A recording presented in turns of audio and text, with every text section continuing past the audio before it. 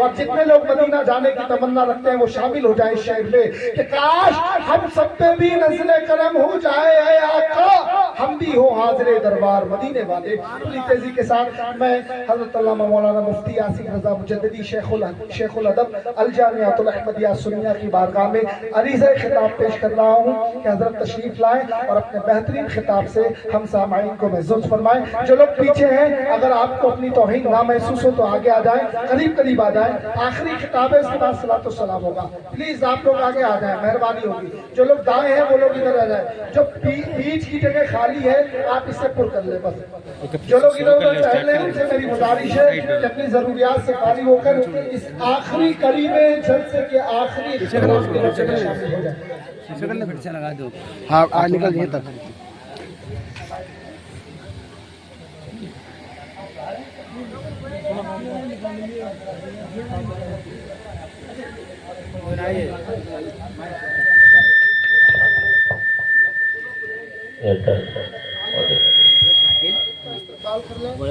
نعرہ تکبیر، نعرہ رسالت، نعرہ رسالت، خلیفہ حضور بحر العرفان۔ چلیے پھر ملاقات ہوگی انشاءاللہ۔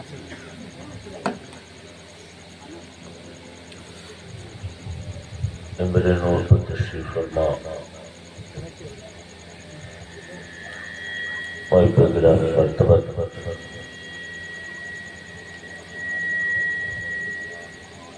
عزیز القلب حضرت مولانا رحیم الدین قادری صاحب قبلہ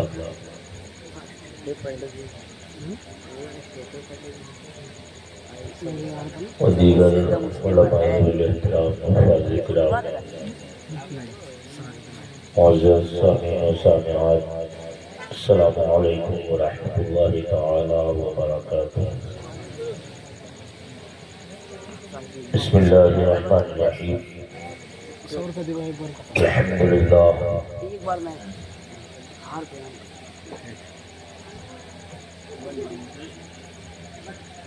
الحمدللہ الحنان المنان الذي خلق الإنسان وأنطق له اللسان، والصلاة والسلام على نبينا سيد الإنس والجان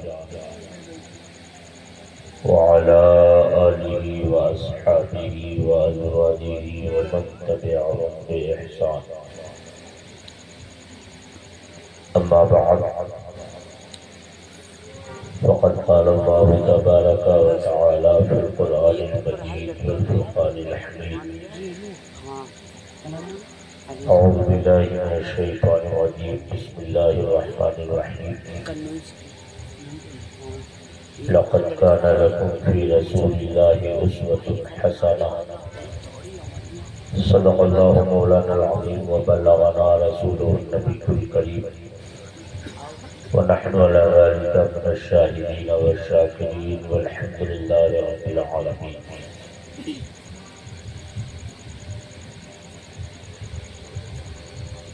تیرے صدقے مجھے ایک پون بہت ہے تیری، تیرے صدقے مجھے ایک پون بہت ہے تیری، جس کے نچوں کو ملے جام چھلکتا تیرا، اور تیرے ٹکڑوں پہ پلے غیر کی ٹھوکر پہ نہ ڈال، یا سیدی یا سندی یا رسول اللہ علیہ الصلاۃ والسلام دائما سرمدا، تیرے ٹکڑوں پہ پلے غیر کی ٹھوکر پہ نہ ڈال، لڑکیاں کھائیں کہاں چھوڑ کے صدقہ تیرا،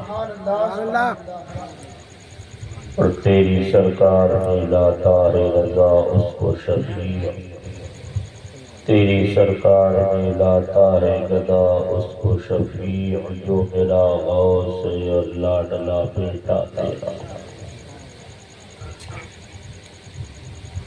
باور درود پاک میں اللہم صلی علی سیدنا و شفیعنا و مولانا محمد و بارک وسلم، صلاۃ و سلام علیک یا رسول اللہ، صلاۃ و سلام علیک یا حبیب اللہ۔ محترم دین اور اسلامی بھائیوں، اللہ رب العزت کا بے شمار شکر و احسان کہ اس نے ہمیں اور آپ کو آج کی رات اپنے محبوب اعظم و اکرم رسول معظم نبی محتشم نور مجسم فخر آدم و بنی آدم صلی اللہ تعالی علیہ وآلہ وسلم کی یاد منانے اور ان کی آمد کی خوشی میں جشن سجانے کی توفیق عطا فرمائی۔ اللہ تعالی تمام اس گاؤں کے متحرک اور فعال نوجوانوں کی اور ہم سب کی محنتوں کو، خدمتوں کو، عقیدتوں کو قبول فرمائے۔ بڑے عمدہ اشعار آپ حضرات نے شہزادہ حضور شیخ العالم حضرت علامہ مولانا ابوالقیس مجددی صاحب قبلہ بنارسی کی زبانی سماعت فرمائے۔ دیگر علماء کرام نے بھی آپ حضرات کو محظوظ کیا۔ میں چند اشعار سے اپنی بات کو آگے بڑھانا چاہتا ہوں۔ دراصل میرے پاس وہ لہجہ اور ترنم تو نہیں ہے، لیکن نعت مصطفیٰ علی صاحب الصلاۃ والتحیہ کے وہ اشعار مجھے بڑا پسند ہے، اس لیے تحت لفظ آپ کی گوش گزار کر کے اپنی بات کو آگے بڑھاتا ہوں۔ ایک شاعر کہتا ہے، اس طرح میرے تصور میں وہ پیکر چپکے تھے۔ بلند آواز سے کہتے سبحان اللہ۔ نیند تو نہیں آ رہی ہے؟ ماشاءاللہ ابھی سب بیدار ہیں اور ایسا لگ رہا ہے کہ جلسہ ابھی تھوڑی دیر پہلے ہی شروع ہوا۔ سبحان اللہ۔ ہم اور آپ خاص طور پر ہمارے جلسے کے لیے بھی یہ بات اور یہ شعر نہایت موضوع ہے۔ ظاہر سی بات ہے، ہم اس پیارے رسول کے آنے کی اور آمد کی خوشی اور جشن منا رہے ہیں کہ جو ہم سے ہزاروں کلومیٹر دور مدینہ منورہ میں تشریف فرما۔ ہمارے آقا کا روضہ مدینے میں ہے، حضور اپنے روضہ اطہر میں جلوہ فرما ہے جو ہم سے تقریباً 4,500 ہزار کلومیٹر دور ہے۔ تو کوئی آدمی یہ سوال کر سکتا ہے، یہ سوچ سکتا ہے، کوئی انسان ورغلا سکتا ہے، بہکا سکتا ہے، ذہن میں ایک فطور پیدا کر سکتا ہے کہ جو تم جسے یاد کر رہے ہو، جس کا نام لے رہے ہو، جس کا چرچا کر رہے ہو، جس کی یاد بنا رہے ہو، وہ تو تم سے ہزاروں کلومیٹر دور اپنی قبر میں آرام فرما ہے۔ آخر تمہیں ان کا جشن منانے، ان کا چرچا کرنے، ان کی یاد بنانے، ان کا ذکر کرنے کا فائدہ کیا ملے گا؟ اور تمہاری یہ محفل، تمہاری یہ مجلس، تمہارا یہ جلسہ ان کی نگاہوں میں کیسے پہنچے گا؟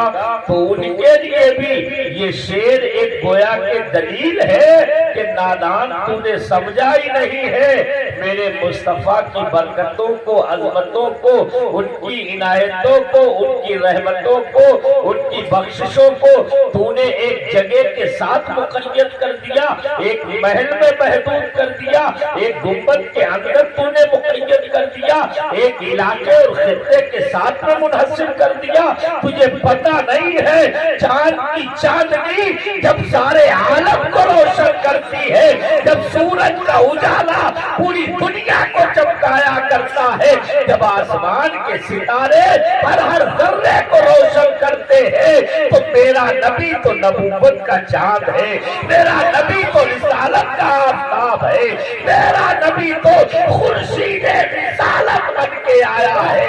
اس کے جلوے کہاں نہیں ہے، اس کے جلووں کا عالم تو یہ ہے کہ امام اہل سنت اعلیٰ حضرت بچل بچل کے کہتے ہیں کس کے جلووں کی جھلک ہے، یہ اجالا کیا ہے، ہر طرف دین حیرت زدہ سکتا۔ نعرہ تکبیر، نعرہ رسالت، عظمت مصطفیٰ جان رحمت، سبحان اللہ، زندہ باد زندہ باد۔ کوئی کہہ سکتا ہے کہ چاند صرف ہمارے ہندوستان میں نکلتا ہے، کوئی تصور کر سکتا ہے کہ سورج صرف ہمارے یوپی صوبے میں نکلتا ہے اور چمکتا ہے، کوئی یہ کہہ سکتا ہے کہ اس وقت رات کا اندھیرا ہے لیکن آسمان پر چمکنے والے ستارے صرف سیتا پور کے اس خطے کو، اس گاؤں کو، اس علاقے کو چمکا رہے ہیں، روشنی فراہم کر رہے ہیں۔ ارے نادان، تجھے چاند کی روشنی تو تسلیم ہے، سورج کا اجالا تو تسلیم ہے، ستاروں کا چمکنا تو تسلیم ہے، میرا مصطفیٰ تو وہ ہے کہ ستارے بھی جس کے نور سے بنے ہیں، چاند بھی جس کے نور سے بنا ہے، سورج بھی جس کے نور سے بنا ہے۔ اور وہ کیسے چمکتے تھے، وہ کیسے چمکاتے تھے، یہ تو ایک لمبی داستان ہے۔ ہم تو کہتے ہیں کہ جن پر اس خورشید رسالت کا ڈائریکٹ پرتو پڑا، ڈائریکٹ پرچھائی پڑی، ان میں تو چمک ایسی ابھری کہ کوئی ابو بکر صدیق بن گیا، کوئی عمر فاروق بن گیا، کوئی عثمان غنی بن گیا، کوئی مولا کائنات علی بن گیا، کوئی طلحہ بن گیا، کوئی زبیر بن گیا، کوئی بلال بن گیا، کوئی صہیب بن گیا، کوئی سلمان بن گیا، کوئی سلمان بن گیا، کوئی ابو ذر بن گیا، کوئی بلال بن گیا، اور جس پر نگاہ کرم مصطفیٰ کی پڑتی رہی اسے میرا نبی چمکاتا چلا گیا، چمکاتا چلا گیا، روشن کرتا چلا گیا۔ تبھی تو اعلیٰ حضرت ہمیں یاد آتے ہیں جو بریلی میں کھڑے ہو کے مدینے کی طرف ہاتھ باندھ کے یہ کہتے تھے چمک تجھ سے پاتے ہیں سب پانے والے، میرا دل بھی چمکا دے، چمکا دے۔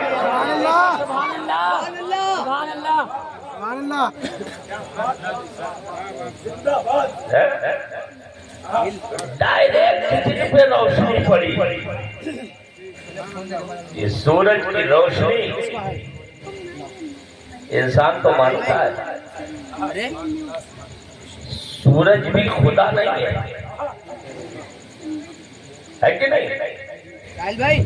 ارے بولیے، مسلمان سورج کو خدا نہیں مانتا، چاند کو خدا نہیں مانتا ہے، ستاروں کو خدا نہیں مانتا ہے، ہم تو کسی نبی کو بھی خدا نہیں مانتے ہیں، کسی رسول کو بھی، بلکہ اپنے آقا و مولا کو بھی خدا نہیں مانتے ہیں۔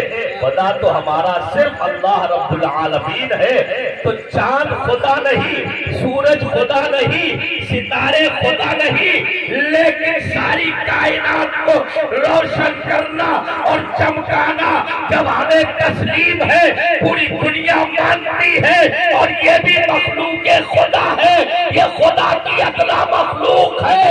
ارے جس مصطفیٰ کے اشارے پہ چاند اپنا سینہ چیر دیتا ہو، سورج پلٹ آتا ہو، اس نبی کے چمکنے کا عالم کیا ہوگا، اس نبی کے چمکانے کا عالم کیا ہوگا۔ کسر باقی نہ رکھی بس میں ان کا چم جگمگانے میں، عرب میں چاند نکلا روشنی پھیلی، بے شک سبحان اللہ سبحان اللہ۔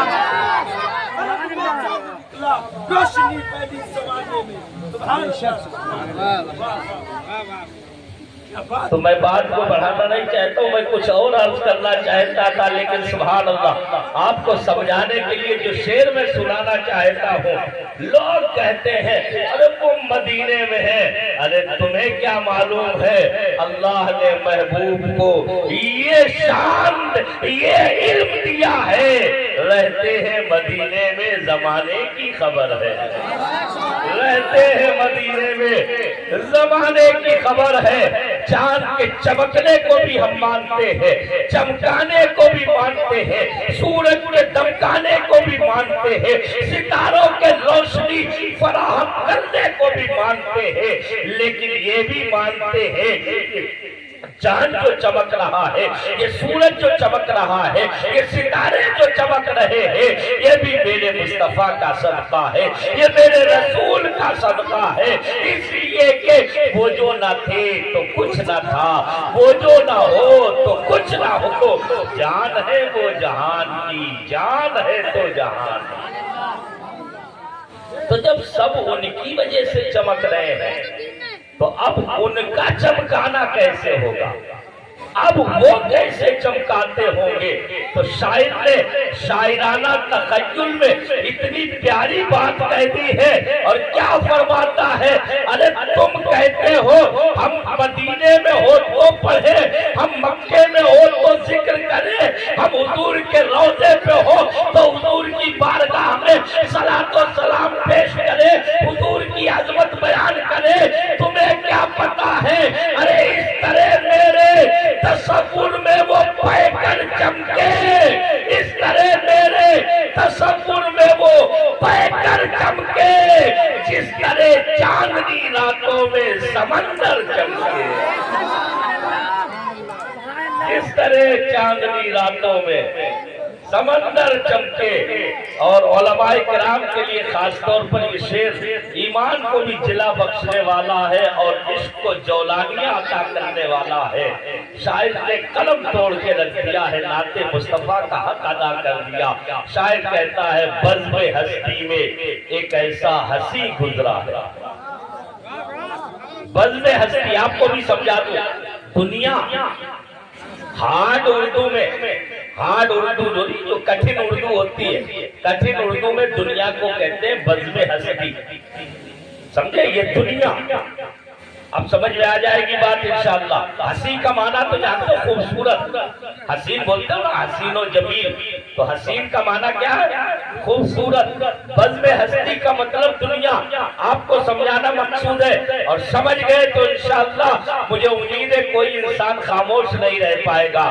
شاعر کہتا ہے، آپ نے دیکھا بھی ہوگا، میں ذرا سا تھوڑا سی تشریح کر دوں تاکہ بات سمجھ میں آ جائے۔ آپ نے دیکھا ہوگا لوگ جو خوبصورت ہوتے ہیں، ایسے چمکدار ہوتے ہیں، ایسے حسن و جمال والے ہوتے ہیں کہ وہ لوگ اگر ہلکی روشنی میں بھی آتے ہیں تو ایسا لگتا ہے ان کے چہرے سے بھی روشنی پھوٹنے لگتی ہے، اور چہرے کی وجہ سے روشنی بڑھ جایا ہوتا ہے۔ کچھ لوگ بڑے گورے چہرے ہوتے ہیں، بڑے خوبصورت ہوتے ہیں، نقش و نگار بڑے اچھے ہوتے ہیں، تو کچھ لوگ ایسے چمکتے ہیں، ہلکی سی روشنی میں چمکتے ہیں، ہوتا ہے کہ نہیں؟ لیکن جو آدمی خوبصورت ہوتا ہے وہ خود چمکتا ہے، جو حسن و جمال والا ہوتا ہے اس کے چہرے سے شعائیں خود پھوٹتی ہیں۔ لیکن شاعر کہتا ہے دنیا میں بڑے سے بڑا حسین، بڑے سے بڑا جمیل، بڑے سے بڑا خوبصورت، بڑے سے بڑا اچھا اور بڑے سے بڑا گورا چٹا انسان بھی زیادہ خوبصورت ہوگا تو چہرے سے لائٹ نکلے گی، شعائیں نکلے گی، لیکن میرا مصطفیٰ وہ ہے کہ بزم ہستی میں ایک ایسا ہنسی گزرا ہے، بزم ہستی میں ایک ایسا ہنسی گزرا ہے، جس چادر میں چھپا لے تو وہ چادر چمکے۔ نعرہ تکبیر، نعرہ رسالت، تشریع میلاد النبی، خلیفہ حضور بحر العرفان۔ جس چادر میں چھپا لے تو وہ، ارے بولو، چادر چمکے سبحان اللہ سبحان اور آپ کا نام مبارک بھی ہے کتنا پیارا. میرے نبی کا پیارا نام کتنا پیارا ہے. سبحان اللہ. آپ کا نام مبارک بھی ہے کتنا پیارا کتنا پیارا کتنا پیارا. آپ کا نام مبارک بھی ہے کتنا پیارا. لکھ دیا جائے تو کاغذ کا مقدر چمکے. لکھ دیا جائے تو کاغذ کا مقدر چمکے. اور میلاد مصطفیٰ کی محفل میں بیٹھے ہو اپنے ایمان کو بھی جلا بخشو اور خوش ہو جاؤ کہ محفل ذکر میں ہوتا ہے فرشتوں کا نزول. محفل ذکر میں ہوتا ہے فرشتوں کا نزول.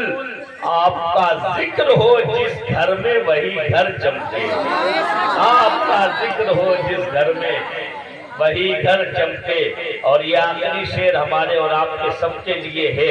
کتنے خوش بخت ہیں وہ لوگ جو اس دنیا میں, کتنے خوش بخت ہیں وہ لوگ جو اس دنیا میں آپ کا نقش قدم سر پہ سجا کر چمکے. آپ کا نقش قدم سر پہ سجا کر چمکے.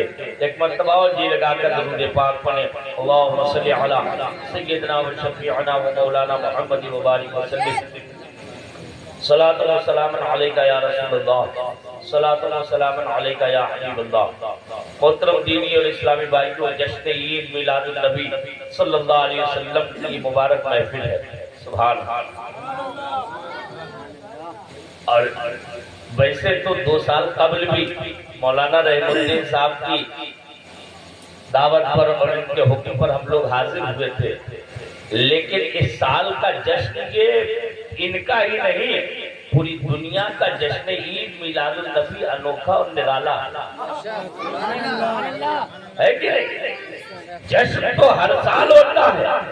ربیع الاول شروع ہوتے ہی جشن عید میلاد النبی پوری دنیا میں منایا جاتا ہے. پوری دنیا میں ہوتا ہے. پوری دنیا کے مسلمان سیلیبریٹ کرتے ہیں, مناتے ہیں, عقیدتوں کے نذرانے پیش کرتے ہیں, محبتوں کا خراج پیش کرتے ہیں, اپنی عقیدتوں کو نچھاور کرتے ہیں, اپنے جان و مال کو قربان کرنے کا جذبہ بیدار کرتے ہیں. لیکن اس سال کا جشن, اس سال کا عید میلاد النبی اس حیثیت سے نرالا ہے کہ یہ جشن 1500 سالہ جشن میلاد النبی ہے. سبحان اللہ. 1500 سالہ جشن میلاد النبی. نعرہ رسالہ. عرض کر دو, آپ لوگ جو ہے بہت خاموشی کے ساتھ نعرہ لگاتے ہیں, تو آپ لوگ خاموش رہیے. جو بچے مدرسے کے اندر بیٹھے ہیں صرف میں ان سے ایک بار کہتا ہوں کہ وہ نعرہ لگا دیں بلند آواز سے, نعرہ تکبیر. آپ لوگ خاموش رہیے, وہاں سے آواز آنی چاہیے, پھر ساتھ میں نعرہ لگائیے گا. اپنی آواز دیکھ لیجئے اور ان بچوں کی آواز دیکھ لیجئے. بلند آواز سے نعرہ لگائے, نعرہ تکبیر, نعرہ رسالت, نعرہ رسالت. اب بلند آواز سے نعرہ لگایا, جشن عید میلاد النبی سرکار کی آمد.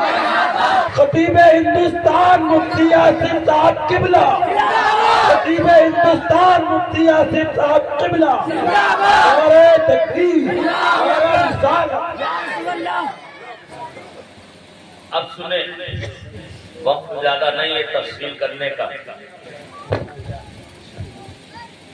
ماشاءاللہ 1500 سالہ جشن ہے. کتنے 1500 سال کے بعد میں یہ جشن ملا. ویسے تو ہر سال ہوتا تھا, لیکن ظاہر سی بات ہے 1500 سال کی خاصیت الگ ہی ہے. اور یہی وجہ کہ ہم دیکھ رہے ہیں اس بار پہلی ربیع الاول سے ہندوستان کے گوشے گوشے میں جانا آنا ہو رہا ہے. اور سوشل میڈیا کا زمانہ ہے، پوری دنیا کے جشن عید میلاد النبی کی کوریج ہم تک پہنچ رہی ہے۔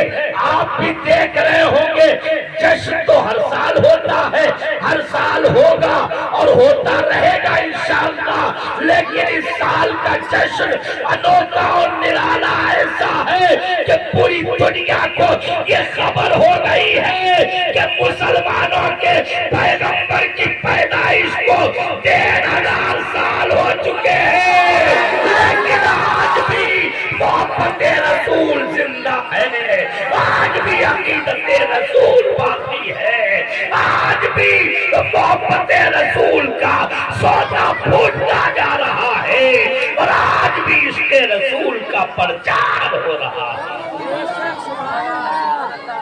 نعرے تکبیر، نعرے تکبیر، نعرے رسالت، نعرے رسالت، میلاد النبی زندہ باد، میلاد النبی زندہ باد، نعرے تکبیر، اللہ اکبر۔ سنیں آپ لوگ سنیں، زیادہ نعرے مت لگائیں، غور سے سنیں، وقت زیادہ نہیں، میں چاہتا ہوں وقت بچانا، آپ کا بھی ٹائم خراب نہ ہو، اور خراب کیا، ٹائم تو اچھا ہی اچھا ہے، لیکن یہ ٹائم زیادہ نہ جائے، اور ہم لوگوں کو بھی بہت دور جانا ہے۔ پھر معلوم ہے مولانا رحیم الدین صاحب کو پورا شیڈول ذکر کرنے کی کوئی ضرورت نہیں ہے، آپ غور کریں، میں جہاں تک لے جانا چاہتا ہوں، جو بات آپ کو سمجھانا چاہتا ہوں، انسان روز پیدا ہوتا ہے، پوری دنیا میں انسان پیدا ہوتے ہیں، ہمارے اور آپ کے گاؤں میں، گلی میں، گھر میں، خاندان میں کوئی نہ کوئی پیدا ہوتا ہے، کوئی نہ کوئی مرتا ہے، جو آیا ہے اسے مرنا ہے، یہ آنا اور جانا تو دنیا میں لگا ہی رہتا ہے، ہر گاؤں میں، ہر گلی میں، ہر صوبے میں، ہر قصبے میں، ہر ملک میں، ہر علاقے میں اور ہر زمانے میں، حضرت آدم سے لے کر آج تک انسانوں کا آنا جانا لگا ہے، لیکن آپ بتائیے اور دل پہ ہاتھ رکھ کے بتائیے، میں دنیا کے بدعوانوں سے پوچھتا ہوں، دانشوروں سے پوچھتا ہوں، فلاسفروں سے پوچھتا ہوں، عقل مندوں سے پوچھتا ہوں، بدعوانوں سے سوال کرتا ہوں، تاریخ دانوں سے پوچھتا ہوں، دنیا میں آنے والے تو بہت آئے اور آتے رہیں گے، لیکن ذرا سوچو تو صحیح، کہیں کوئی دنیا میں ایسا نظر نہیں آتا کہ جس کے آنے کے 1500 سال کے بعد بھی اس کے آنے کی خوشی منائی جا رہی ہو، اس کی پیدائش کا جشن منایا جا رہا ہو، اس کی ولادت کی یاد منائی جا رہی ہو، اور اس کے ذکر پاک کی محفلیں سجا کے اس کی بارگاہ میں عقیدت کے پھول نچھاور کیے جا رہے ہیں۔ ظلمتوں کو دور کرنے اب اجالے آ گئے، ظلمتوں کو دور کرنے اب اجالے آ گئے، ارے جھک گئی محراب کعبہ، کملی والے آ گئے، جھک گئی محراب کعبہ، کملی والے آ گئے۔ غور کریں، 1500 سال کم نہیں ہوتے، ایک نمونہ دکھا دوں آپ کو، یہ 1500 سال میں کیا ہوا۔ ہم ہمارے اپنے گھر میں، ہمارے نطفے سے ہمارے اپنے گھر میں بچے پیدا ہوتے ہیں، اگر ان کی ڈیٹ آف برتھ نہیں لکھی گئی ہے تو ہم تاریخ پیدائش ان کی بھول جاتے ہیں۔ اپنے لاڈلے چہیتے جگر کے گوشے، جس کے لیے ہم جان تک دینے کو قربان، اگر کہیں خدا نخواستہ ہماری اولاد پر کوئی دقت آ جائے، دقت آ جائے، پریشانی آ جائے، تو ہم اپنی جان گروی رکھ کے اسے بچانے، چھڑانے اور تکلیف سے نجات دلانے کی ہر ممکن کوشش کرتے ہیں۔ اس اولاد کی پیدائش کی تاریخ ہمیں یاد نہیں رہتی، مائیں بھول جاتی، بہنیں بھول جاتی، بھائی بھول جاتے، رشتہ دار بھول جاتے، بڑے بڑے چاہنے والے بھول جاتے ہیں، لیکن قربان جاؤ، ایک مسلمان اپنے بیٹے کی تاریخ پیدائش تو بھول سکتا ہے، ایک مسلمان اپنی بیٹی کی ولادت کی تاریخ تو بھلا سکتا ہے، لیکن آج بھی 1500 سال تک مصطفیٰ کی تاریخ پیدائش کو نہ صرف یاد رکھے ہیں بلکہ سیلیبریٹ کر کے منا کے یہ بتا رہا ہے حشر تک ڈالیں گے ہم پیدائش مولا کی دھوم مثل فارس نجد کے قلعے گراتے جائیں گے.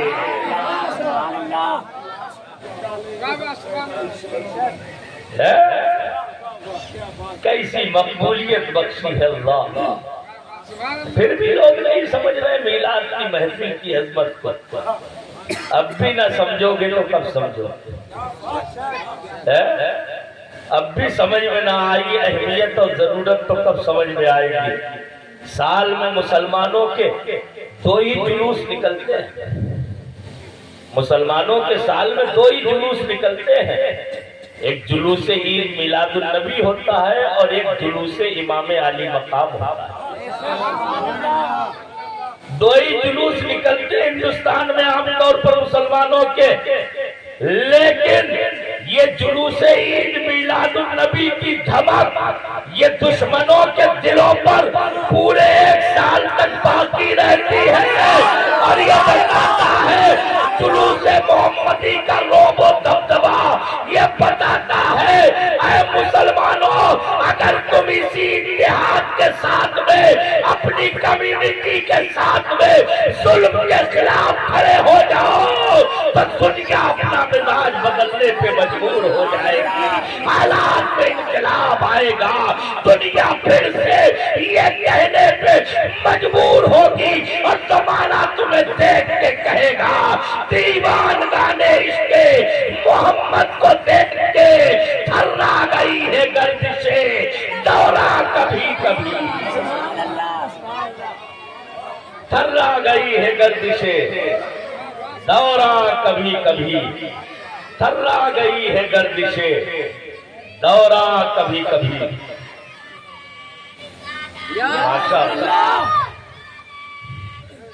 یا رسول اللہ مرحبا بولو مرحبا مرحبا بولو مرحبا مرحبا مرحبا مرحبا مرحبا مرحبا مرحبا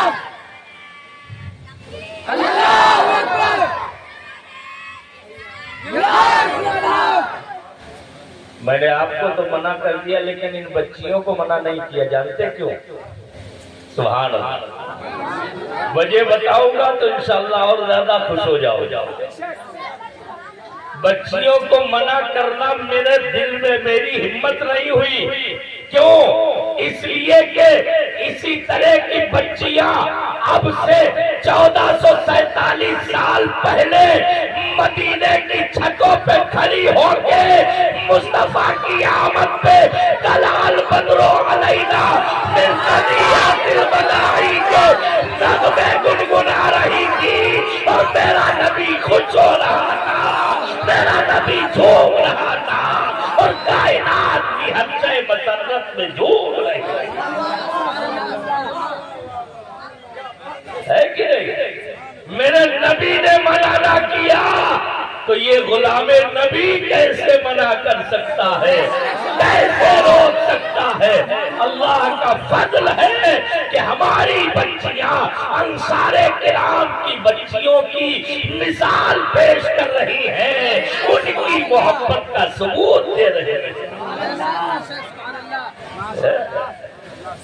اور ایک بات بتا دوں, خوشی میں جائز طور پر جو خوشی منائی جاتی ہے اس میں خوشی منانے کی اجازت دینا یہ میرے مصطفیٰ کی سنت ہے. ہاں, فاؤنڈیشن وہ کرتے ہیں کہ جنہیں اچھا نہیں لگتا, جنہیں اچھا نہیں لگتا ہے.